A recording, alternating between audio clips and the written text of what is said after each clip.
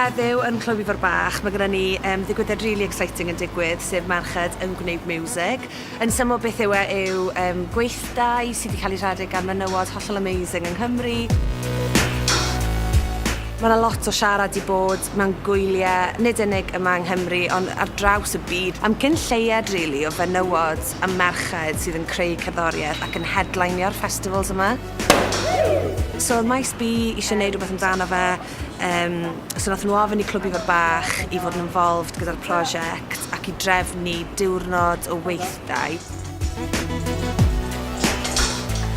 So, yn syml beth sy'n digwydd yw mae Heledd, y prifleisydd y band HMS Morris, mae hi'n mynd i fod yn cynnal gweithdi recordio sut i ddefnyddio garage band a sut i fynd ati i cael holl syniadau am lyrics neu caneuon o dibendi ar bapur. Wedyn mae ni gweithdi DJ o gyda Anya Bowcott sydd yn rhedeg nosweithiau yn Glasgow, fyny yn yr Alban, mae hi'n DJ amazing fel house a techno music.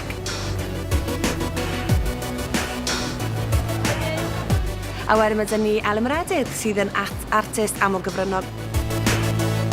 Mae hi'n gwneud llwyth o bethau hollol gwahanol a bethau hollol unigryw. Mae hefyd yn gwneud album covers, mae hi'n gwneud posteri ar gyfer gigs hefyd.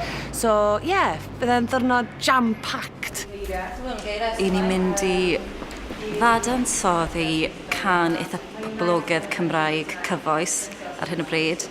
I ni'n mynd i dynnu fe'n ddarnau tyma bach a trial roed yn ôl at ei gilydd. Gewch chi gael llygad os chi eisiau joio fe.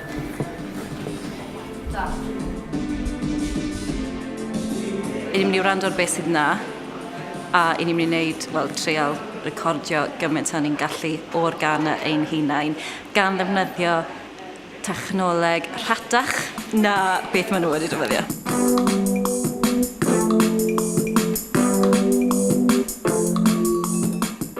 O'n ar ôl neu yna'n gweithio, y sgiliau ni wedi dysgu trwy gwneud hynna all y merched mewn ffwrdd a creu can newydd yn yr un fath o steil.